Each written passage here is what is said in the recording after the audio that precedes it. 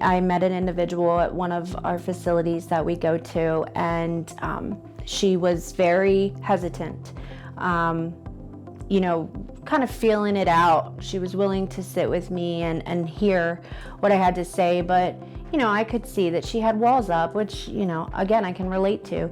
And she had a lot of mental health issues that she was going through that she did not feel her current providers were assisting her with. She did not feel heard. So I listened. I sat there and I listened to everything, and I took heed to what she was saying.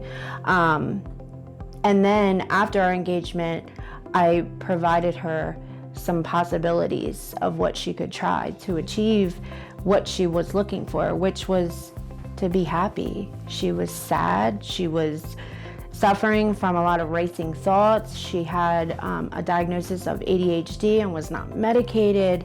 And somebody that deals with that as well, like that, it's exhausting just to be alone in your head. And the hard part about it is now we don't have the drugs to self-medicate. So, we're left with us, and it's absolutely exhausting, and it does make you want to turn back. So, throughout working with her and connecting her with our clinic, our providers took that time to, see her for who she is, to understand her, get to know her diagnosis, and then move forward with properly treating her. This was an individual who, when I first met her, she told me that she wanted to file for Social Security disability. She couldn't hold a job. She had a lot of legal stuff that she was going through. She was naming all of these things that were essentially validation to her that she wasn't worthy of recovery.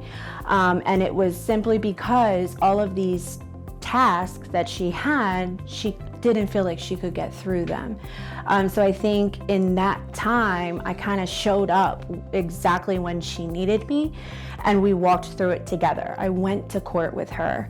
I helped her understand, that just because we have, mental health diagnosis and we have, substance use history, we're still very capable of doing so much.